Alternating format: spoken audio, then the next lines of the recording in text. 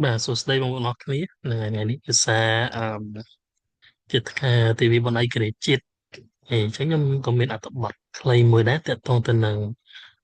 ពិធីបណ្ដៃក្រេតជាតិហើយក៏មានពាក្យមួយចំនួនដែរដើម្បីជាការចែករំលែកដើម្បីងាយស្រួលនៅក្នុងសម្រាប់បងប្អូនដែលចង់ចេះទៅពាក្យដែលតាក់ទងទៅនឹងពិធីបុណ្យឯករាជ្យជាតិនឹងបាទងាយស្រួលនៅក្នុងការដែលយើងយកទៅរៀបរាប់ប្រាប់ជនបរទេសឬក៏ប្រាប់ហ្នឹងហើយប្រាប់ជនបរទេសផ្សេងទៀតដែលគាត់ចង់ស្វែងយល់បន្ថែមពីពិធីបុណ្យឯករាជ្យជាតិអញ្ចឹងបងប្អូនអាចយកពាក្យទាំងអស់ហ្នឹងបានយកទៅប្រើហើយនឹងខ្ញុំក៏មានអត្ថបទនៅពីខ្នងនឹងទៀតដែរដើម្បីងាយស្រួលបងប្អូនចាប់បានសាច់រឿងកាន់តែច្រើនទៀតអញ្ចឹងណាបាទហ្នឹងហើយអញ្ចឹងពាក្យដំបូងគេគឺ Independence Day ណា Independence Day ថ្ងៃឯករាជ្យឬក៏យើងហៅថាទិវាបុណ្យឯករាជ្យតែម្ដងទៅក៏បានដែរបាទexample ហើយខ្ញុំអត់បញ្យល់ជាភាសាអង់គ្លេសនេះទេបើមកវែងឆ្ងាយអញ្ចឹងខ្ញុំអានតែពាក្យជាភាសាខ្មែរបកប្រែហើយនឹងមានឧទាហរណ៍តែម្ដងបាទចឹងឧទាហរណ៍គឺ Cambodia celebrates Independence Day every year on November 9th ចឹងប្រទេសកម្ពុជាប្រារព្ធពិធីបុណ្យឯករាជ្យជាតិឬក៏ទិវាបុណ្យឯករាជ្យជាតិជារៀងរាល់ឆ្នាំនៅថ្ងៃទី9ខែវិច្ឆិកាបាទ gain ពាក្យទី2គឺ gain its independence from France gain its independence from France gain នឹងមានន័យថាទទួលអូខេអញ្ចឹងទទួលបាននៅឯករាជ្យពីប្រទេសបារាំងឬក៏ឯករាជ្យរបស់ខ្លួនអានឹង its នឹងគឺសំដៅទៅលើ Cambodia នេះរបស់ប្រទេសកម្ពុជាហ្នឹងបាទអញ្ចឹងទទួលបាននៅឯករាជ្យរបស់ខ្លួនពីប្រទេសបារាំងឧទាហរណ៍ Cambodia gained its independence from France in 1953ប្រទេសកម្ពុជាទទួលបាននៅឯករាជ្យពីបារាំងឆ្នាំ1953ឬក៏ទទួលបាននៅឯករាជ្យរបស់ខ្លួនពីប្រទេសបារាំងនៅក្នុងឆ្នាំ1953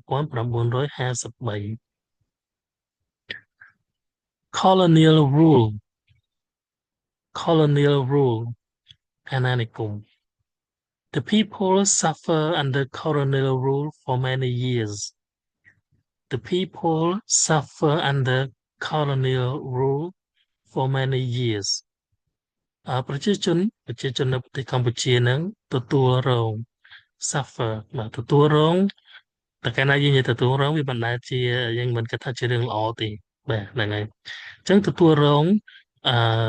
សកម្មភាពឬក៏អំពើមិនល្អជាច្រើន under colonial rule នៅក្រោមអាណានិគមអស់រយៈពេលជាច្រើនឆ្នាំ for many years អស់រយៈពេលជាច្រើនឆ្នាំបាទអញ្ចឹងយើងដឹងស្រាប់ហើយជាង90ឆ្នាំដែរបាទហើយក៏មានរឿងរ៉ាវជាច្រើនដែលត្រូវបានកត់ទុកមានទាំងរឿងល្អហើយនឹងរឿងដែលមិនល្អផងដែរបាទនៅក្នុងអំឡុងពេលនៃអាណានិគមហ្នឹង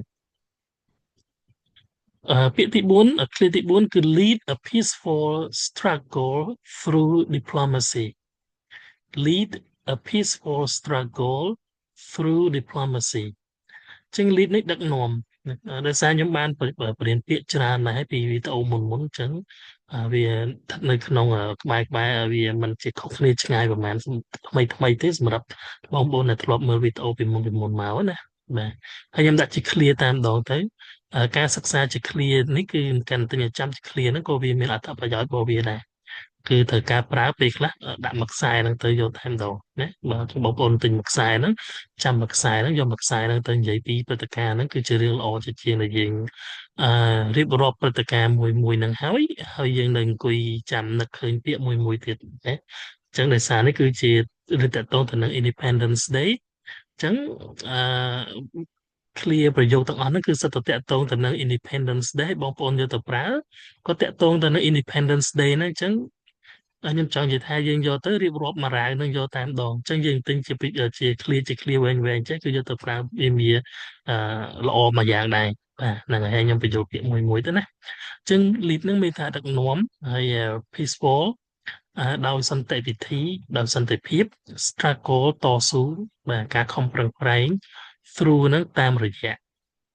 ហើយនឹង diplomacy ការទូតអូខេអញ្ចឹងclear ថា lead a peaceful struggle through diplomacy មានន័យថាដឹកនាំការតស៊ូដោយសន្តិវិធីតាមការទូតយើងទិញចាំជា clear ចឹងតែម្ដងទៅបាទ King Norodom Sihanouk led ហ្នឹងគឺជា past form របស់ពាក្យ lead នេះបាទអញ្ចឹងlet lead ជា base form ហើយនឹង let ជា past form អញ្ចឹងបានដឹកនាំនៅការតស៊ូដោយសន្តិវិធីតាមការទូតអញ្ចឹងពេលនោះគឺយើងអត់បានធ្វើកោតកម្មធ្វើបាតកម្មចេញជាសង្គ្រាមអង្គជាអំពើហិង្សាទេគឺយើងប្រើការទូតដើម្បីយកមកដោះស្រាយកម្មវិវាទហ្នឹងការតស៊ូហ្នឹងការស្នើសុំសន្តិភាពហ្នឹងអញ្ចឹងយើងពេលដែលយើងទទួលបានក៏ទទួលបានដោយមិនមានការបង្ហូរឈាមដែរបាទ war សង្គ្រាម war សង្គ្រាម Many nations had to fight a war to gain their independence. Many nations had to fight in a war to gain their independence. អញ្ចឹងមានប្រទេសជាច្រើនបាទត្រូវតែប្រយុទ្ធគ្នា fight a war ត្រូវតែប្រយុទ្ធគ្នាត្រូវតែបង្កសង្គ្រាមដើម្បីទទួលបាននូវសន្តិភាពរបស់ពួកគេបាទអញ្ចឹងយើងឃើញស្រាប់ហើយនៅក្នុងអំឡុងពេលបច្ចុប្បន្ននេះបាទគឺយើងមានសង្គ្រាមនៅក្នុងប្រទេសជាច្រើនទាំងនៅអឺរ៉ុបក៏ដូចជានៅអាស៊ីរបស់យើងដែរបាទវាមានសូវៀតជាមួយនឹងអ៊ុយក្រែនចឹងទៅអ៊ីស្រាអែលជាមួយនឹងប៉ាឡេស្ទីនទៅឥឡូវនេះក៏មានស៊ូដង់បន្តទៀតណាចឹងសង្គ្រាមចេះតែបន្តទៅរហូតហើយនឹងកម្ពុជាយើងជាមួយនឹងថៃណាដែលទើបតែបានស្រួលគ្នានេះដកកងទ័ពដកអីបដាទៅនៅដែរហើយចឹងមានច្រើនមែនទែនហើយសង្ឃឹមថាពិភពយើងនឹងទទួលបានសន្តិភាពឆាប់ហើយมันមានប្រទេសណាមានការបង្ហូរឈាមបន្តទៅទៀតទេហ្នឹងហើយចឹងពាក្យទី6គឺ determination determination ការតស៊ូយ៉ាងមាំមួនឬក៏ការតាំងចិត្តអូខេ his determination helped Cambodia achieve freedom his determination helped Cambodia achieve freedom ការតាំងចិត្តដ៏មុតមមការតស៊ូយ៉ាងមុតមមរបស់ទ្រង់កន្លែងនេះគឺយើងសំដៅទៅលើសម្ដេចតាបាទព្រះបរមរដ្ឋនកោដ្ឋអញ្ចឹងការតស៊ូយ៉ាងមុំមុនការឬក៏ការតាំងចិត្តយ៉ាងមុំមុនរបស់ទ្រង់ហ្នឹងបានជួយឲ្យប្រទេសកម្ពុជាទទួលបាននៅសេរីភាព freedom សេរីភាពគេសេរីភាពពីការដាក់អាណានិគមហ្នឹង achieve នេះជោគជ័យបាទ freedom សេរីភាព political skill ជំនាញនយោបាយជំនាញហ្នឹងខាងផ្នែកនយោបាយបាទ His political skill gained respect from both allies and rivals. His political skill gained respect from both allies and rivals. ជំនាញនយោបាយរបស់ទ្រង់របស់គាត់ខ្ញុំបកប្រែធម្មតារបស់គាត់ប៉ុន្តែយើងដឹងថាសាច់រឿងនៅក្នុងហ្នឹងគឺសំដៅទៅលើព្រះបរមរតនកោដ្ឋហើយសម្ដេចតាអញ្ចឹងយើងគាត់ដោយសារគាត់ជាព្រះមហាក្សត្រអញ្ចឹងយើងប្រើពាក្យទ្រង់ណាអញ្ចឹងជំនាញនយោបាយរបស់ទ្រង់បានទទួលនៅការគោរពចាជំនាញហ្នឹងដែលធ្វើឲ្យគាត់បានទទួលនៅការគោរពពីallies កងទ័ពសម្ព័ន្ធមិត្តណាមានន័យថាពីគ្នាឯងផងហើយនឹងពី rivals ពីកងទ័ពរបស់ទ្រង់ផងហើយនឹងពីសត្រូវផង rival នេះគូបដិបត្តិអូខេចឹងយើងទៅមើលពាក្យទី8 convince បញ្ចុះបញ្ចូល persuade to make someone believe or agree with you បញ្ចុះបញ្ចូល He convinced France to allow Cambodia its freedom គាត់ទ្រង់បានបញ្ចុះបញ្ចូលបារាំងឲ្យផ្ដល់ឬក៏អនុញ្ញាតឲ្យប្រទេសកម្ពុជាទទួលបាននូវសេរីភាពរបស់ខ្លួន allow អនុញ្ញាត freedom សេរីភាពបានដូចនៅខាងលើដែរណា Grant Cambodia full independence. Grant Cambodia full independence ផ្ដល់ឯករាជ្យពេញលេញដល់កម្ពុជាណែពីនេះគឺឃ្លាយើងរៀនជាឃ្លាមកទៅយើងមិនបាច់ពិបាកយកទៅតម្រៀបខ្ញុំចង់និយាយចឹងពីលើមកគេឡខ្ញុំនិយាយពីលើមកបងប្អូនស្ដាប់នៅតែមិនទាន់យល់ភាសាពេលខ្លះបាក់រកឃ្លានឹងនិយាយឲ្យត្រូវដែរហ្នឹងហើយអូខេអញ្ចឹងយើងបានឃ្លាមកចំយើងយកទៅប្រើយកតែម្ដង full independence ឯករាជ្យពេញលេញចាំឃ្លាហ្នឹងយកទៅប្រើមកទៅកុំខ្លាចក្រែងថាជំ full ពេញតិចសម្រាប់តែទឹកពេញទេបាទហើយចុះសេរីភាពពេញលេញប្រើបានអត់ full independence នេះប្រើបាន France granted Cambodia full independence in 1953 France granted Cambodia full independence in 1953ចឹងប្រទេសបារាំងបានផ្ដល់នៅឯករាជ្យភាពពេញលេញណាផ្ដល់ឯករាជ្យពេញលេញដល់កម្ពុជានៅក្នុងឆ្នាំ1953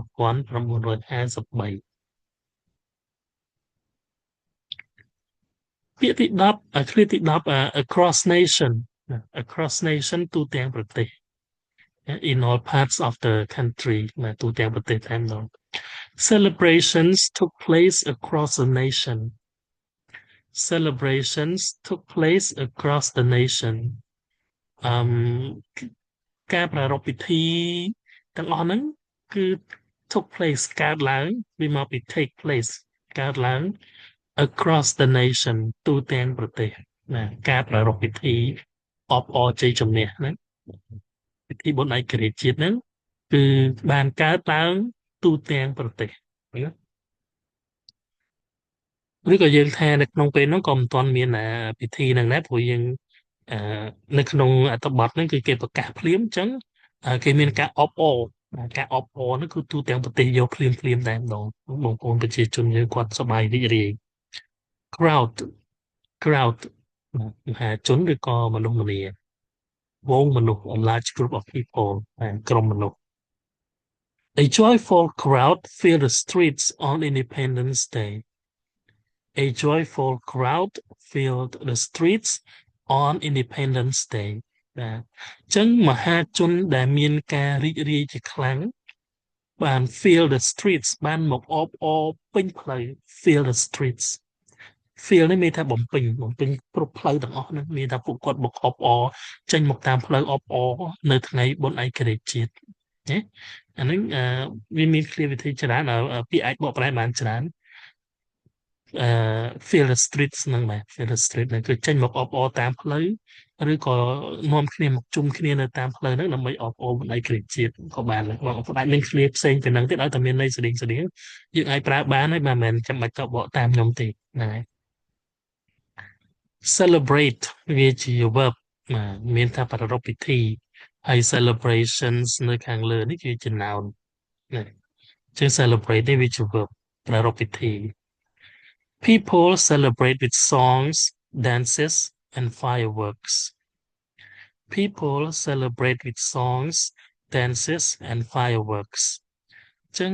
មហាជនមនុស្សម្នាទាំងអស់ហ្នឹងមនុស្សម្នាហ្នឹងប្រជាជនកម្ពុជាប្រារព្ធពិធីដោយប្រើចម្រៀងការរាំរែកហើយនឹងកាំជ្រួច fireworks កាំជ្រួចជាក់ស្ដែងថ្ងៃហ្នឹងគឺថ្ងៃទី9ហ្នឹងគឺអញ្ចឹងយប់ហ្នឹងនឹងមានការបាញ់កាំជ្រួចអបអរសាទរពិធីបុណ្យឯករាជ្យជាតិបាទ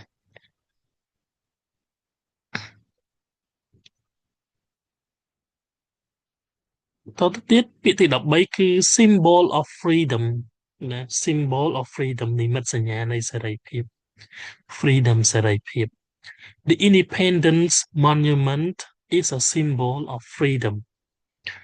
The Independence Monument is a symbol of freedom វាមានឯករាជ្យបាននៅបកប្រែនៅក្រោមនេះតែពិតវានេះទៅដាក់នៅលើត្រូវជាងបាទវាមានឯករាជ្យគឺជានិមិត្តសញ្ញានៃសេរីភាពនៅក្នុងអាសម្រាប់ប្រទេសរបស់យើងបាទមានក្បាលនាគ100បាទក្បាលនាគ100យ៉ាងទៅយើងមានសួនអមសងខាងទឹកបាញ់ទឹកអីបាទសម្រាប់នាគលេងសប្បាយយ៉ាដឹងចឹងមែនហ្នឹងអត់ទេណាបាទខ្ញុំនិយាយលេងទេហ្នឹងហើយចឹងយើងគ្រាន់តែទៅដល់ទៅគឺយើងដឹងថា នេះប្រាប់ជនជាតិបរទេសអានេះគឺជាវាមានឯករាជ្យហើយ Independence Monument ហើយវាគឺជា symbol នៃ Freedom from France ដែលវាជានិមិត្តសញ្ញានៃសេរីភាពដែលយើងទទួលបានពីប្រទេសបារាំងមកណា Independence Monument វាមានឯករាជ្យ Independence Monument វាមានឯករាជ្យ The Independence Monument stands proudly in the capital city. The Independence Monument stands proudly in the capital city. វាមានឯករាជ្យឈរយ៉ាងមានមោទនភាពនៅក្នុងរាជធានីនៅកណ្ដាលរាជធានីហ្មងមិននៅកណ្ដាលទេមានឯករាជ្យពីក្បែរកណ្ដាលដែរហ្នឹងហើយអូខេអញ្ចឹងproudly នេះយ៉ាងមានមោទនភាព reminder មានថាជាការរំលឹកឬក៏អ្វីមួយដែលធ្វើយើងនឹកឃើញទៅដល់អ្វីមួយផ្សេងមួយទៀតអានឹងយើងប្រើពាក្យថា reminder ប្រើមួយ of reminder of ជាមួយឧទាហរណ៍ The monument is a reminder of Cambodia's struggle for freedom. The monument is a reminder of Cambodia's struggle for freedom. អញ្ចឹងវាមានឯករាជ្យនេះគឺជាការរំលឹកដល់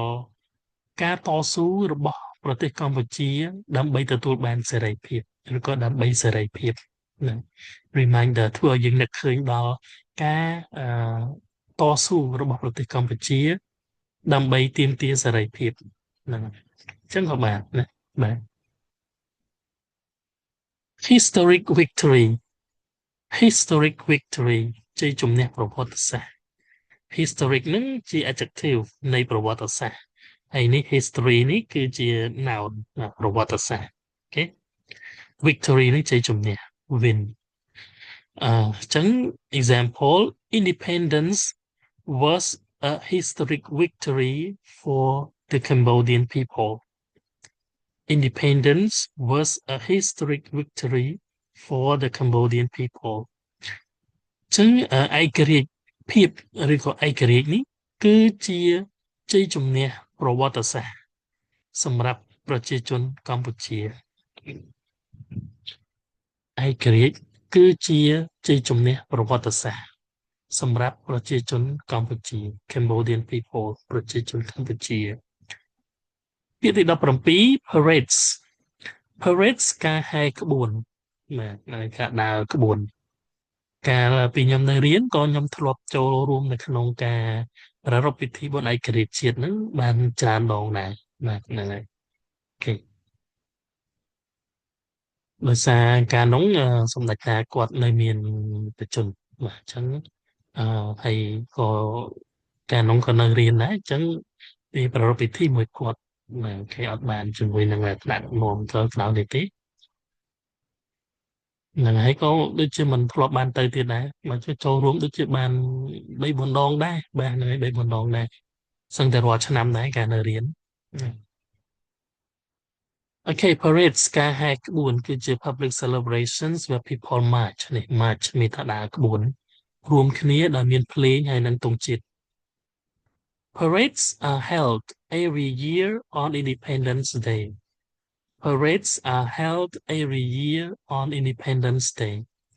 ចឹងការហែក្បួនការដើរក្បួនត្រូវបានប្រារព្ធឡើងជារៀងរាល់ឆ្នាំនៅថ្ងៃបុណ្យឯករាជ្យជាតិបាទគេមានការដើរក្បួនជារៀងរាល់ឆ្នាំហ្នឹងហើយអត់តែមានរៀបចំកម្មវិធីណាគាត់ព្រឹកមិញអត់បានក្រោកអត់ទាន់អត់បានមើលហេណាជាទៅបន្តទៀត flag ceremonies ការបង្ហូតទង់ជាតិបាទឬក៏គឺជាព្រឹត្តិការណ៍ដែលទង់ជាតិត្រូវបានលើកឡើងដើម្បីអបអរ in honor of ដើម្បីអបអរដល់ប្រទេសរបស់ខ្លួនហ្នឹងដើម្បីជាកិត្តិយសដល់ប្រទេសរបស់ខ្លួនដើម្បីផ្ដល់កិត្តិយសដល់ប្រទេសរបស់ខ្លួនអូខេអញ្ចឹងយើងមានការបង្ហូតទង់ជាតិគ្រប់ទីកន្លែងទូទាំងប្រទេសណាបាទដាក់តាមដងផ្លូវអីមិនមែនតែនៅកន្លែងប្រពៃពិធីហ្នឹងទេ Schools hold flag ceremonies to celebrate independence. Schools hold flag ceremonies to celebrate independence. ចឹងសាលារៀនទាំងអស់សាលារៀនទាំងឡាយ hold flag ceremonies ប្រារព្ធពិធីបង្ហូតទង់ជាតិមានថាយើងបង្ហូតទង់ជាតិដាក់ទង់ជាតិនៅតាម ទីធ្លានៅតាមមុខសាលាអញ្ចឹងដើម្បីប្រារព្ធពិធីបុណ្យឯករាជ្យជាតិ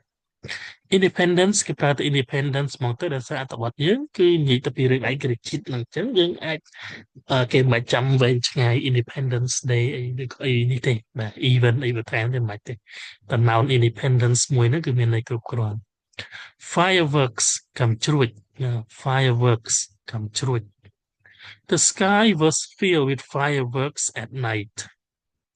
The sky was filled with fireworks at night. ចឹងមេឃត្រូវបានបំពេញដោយកាំជ្រួចនៅពេលយប់អាហ្នឹងបកប្រែតាមពាក្យណាណា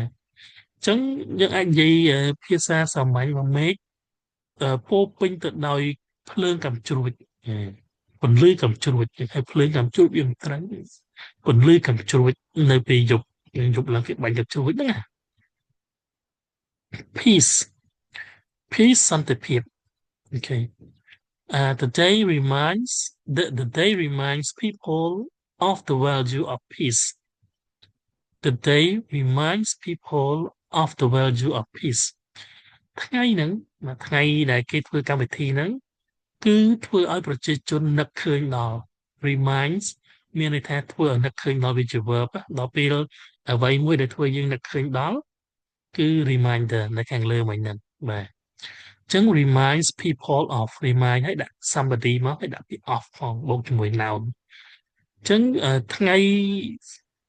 ឯករាជ្យជាតិនឹងធ្វើឲ្យប្រជាជននឹកឃើញដល់តម្លៃនៃសន្តិភាពណា the value of peace តម្លៃនៃសន្តិភាព unity សាមគ្គីភាព unity សាមគ្គីភាព unity among citizens keeps the nation strong. Unity among citizens keeps the nation strong. សាមគ្គីភាពនៅក្នុងចំណោមប្រជាពលរដ្ឋមានថាប្រជាពលរដ្ឋហ្នឹងដែលមានសាមគ្គីភាពគឺធ្វើឲ្យប្រទេសជាតិហ្នឹងខ្លាំងក្លាធ្វើឲ្យប្រទេសជាតិខ្លាំងក្លាអញ្ចឹងតើប្រទេសណាដែលមានប្រជាជនបែកបាក់អាហ្នឹងគឺប្រទេសហ្នឹងទុនខ្សោយជាក់ស្ដែងដូចនៅស៊ូដង់អញ្ចឹងបាទសម្រាប់គ្នាឯងប្រជាជនគ្នាឯងអញ្ចឹងទៅណាហើយនៅយើងក៏មានដែរគឺរបបកម្ពុជាប្រជាធិបតេយ្យរបបខ្មែរក្រហមក៏បានធ្វើឲ្យប្រទេសរបស់យើងចុះខ្សោយដែរនឹងឲ្យតម្រាំនឹងងើបបានមកវិញមកដល់ថ្ងៃនេះគឺมันមិនជាការងាយទេហ្នឹងហើយអញ្ចឹងយើងត្រូវតែបន្តការរួបរวมគ្នាទៀតណាមានការយើងវិភាសាគ្នាទៅមិនថាជាលក្ខណៈប្រទេសក្រុមហ៊ុនគ្រួសារអីក៏ដោយ national pride មោទនភាពជាតិពាក្យមោទនភាពជាតិនេះភាសាលឺណាអូខេnational pride មោទនភាពជាតិ Independence Day fills Cambodians with national pride feel បំពេញយើងឃើញថាគេប្រើពាក្យនឹងច្រើនអញ្ចឹងបងប្អូនត្រូវសង្កេតថាគេប្រើក្នុងលក្ខណៈអីគេខ្លះមិនយើងមិនបកប្រែតែ feel បំពេញ feel បំពេញល្អចឹងនៅក្នុងអត្ថបទនេះយើងនៅក្នុងប្រយោគនេះយើងអាចនិយាយថាថ្ងៃបុណ្យឯករាជ្យជាតិធ្វើឲ្យប្រជាជនកម្ពុជាមានមោទនភាពចំពោះជាតិខ្លួនមានមោទនភាពជាតិចឹងទៅបាទអញ្ចឹងឡើយហ្នឹងមិនថាបំពេញទេយើងមានតែថាធ្វើឲ្យវិញធ្វើឲ្យប្រជាជនកម្ពុជារបស់យើងហ្នឹងគឺគ្រប់រូបហ្នឹងគឺពោពេញទៅដោយមោទនភាពជាតិអូខេចឹងយើងមើលអត្ថបទបាទហ្នឹងហើយ November 9 Cambodia's Independence Day គឺថ្ងៃបុណ្យឯករាជ្យជាតិរបស់ប្រទេសកម្ពុជា On this day in 1953 នៅថ្ងៃនេះ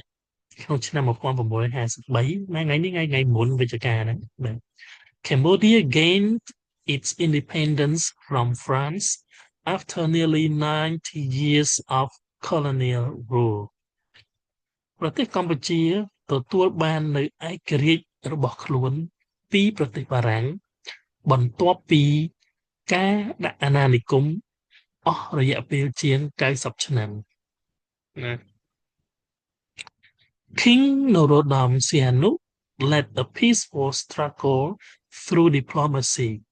not war សម្ដេច Norodom Sihanouk mà rồi cũng ra mạc sẵn nhưng cái hai bị king là càng mốc cái mình chạy thà còn chụp ra mạc sẵn cái mà ra mạc sẵn nếu như hai ta sống đạch nấu độ nòm xiên nụ thì nó hai chân ấy này này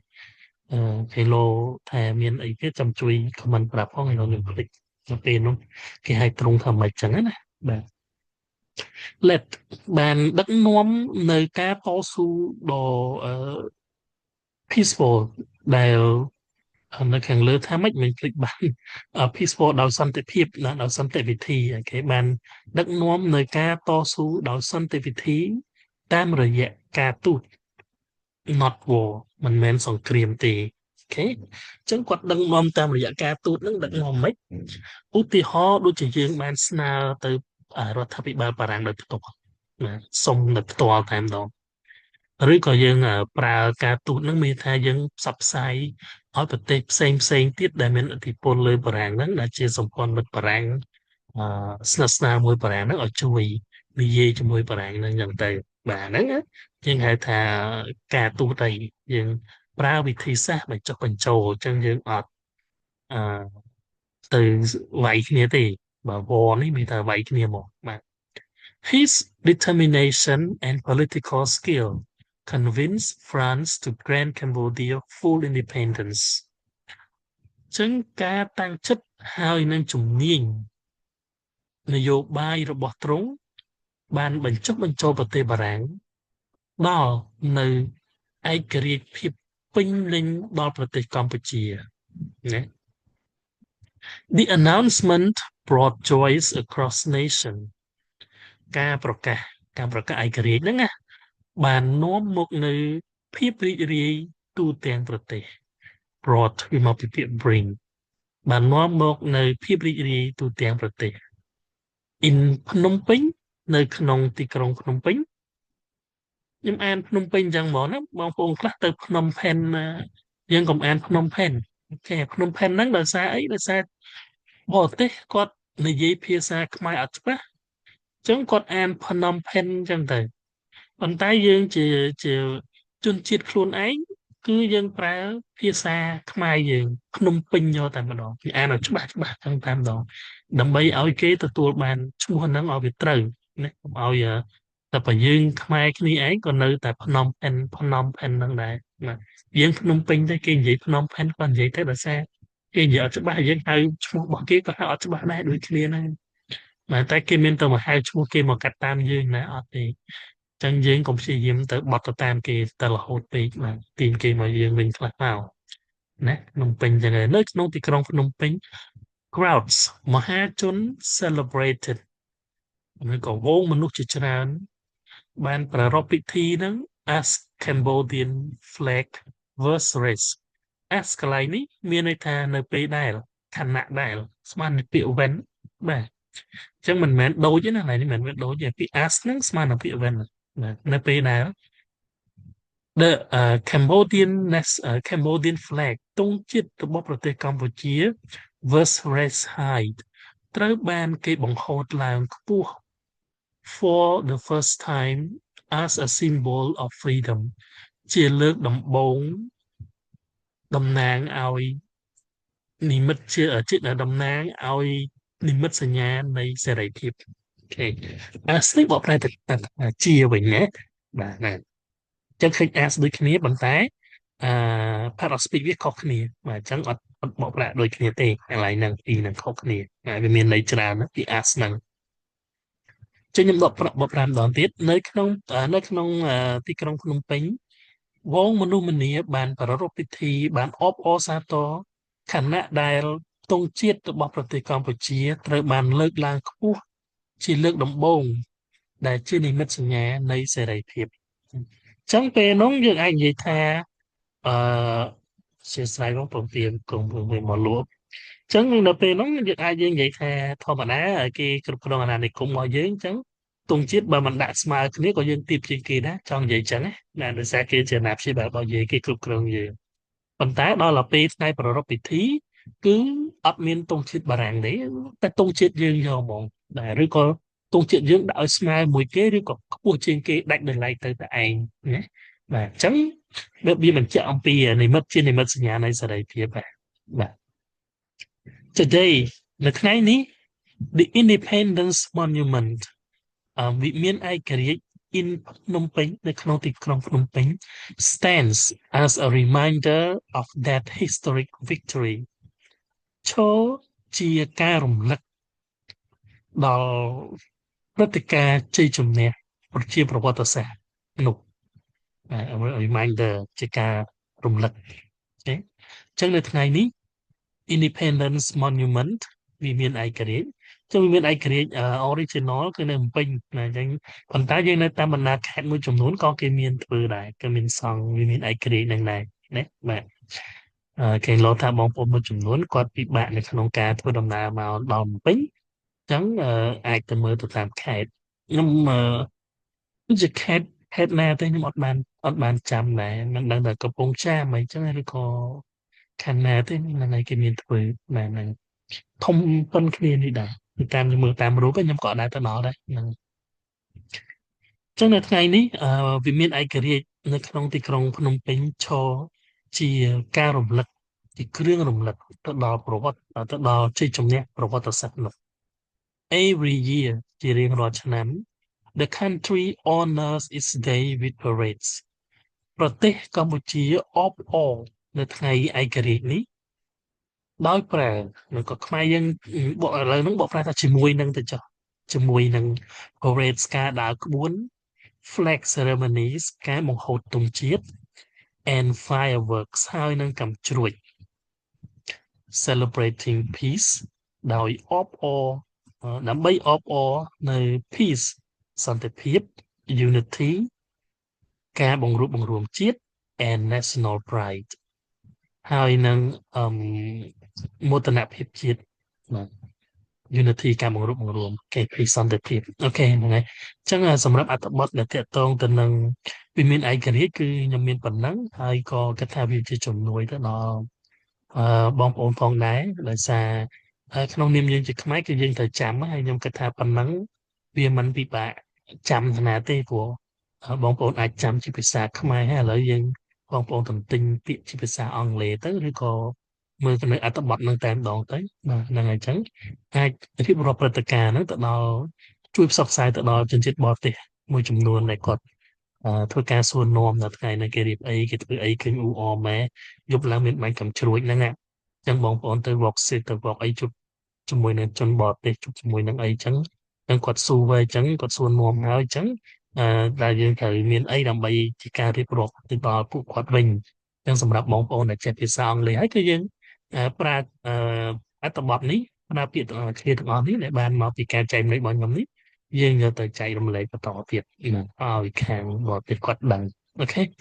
ហ្នឹងអញ្ចឹងសម្រាប់ខ្ញុំមានប៉ុណ្ណឹងអរគុណច្រើនយើងនឹងជួបគ្នានៅវីដេអូក្រោយៗទៀតបាទអរគុណ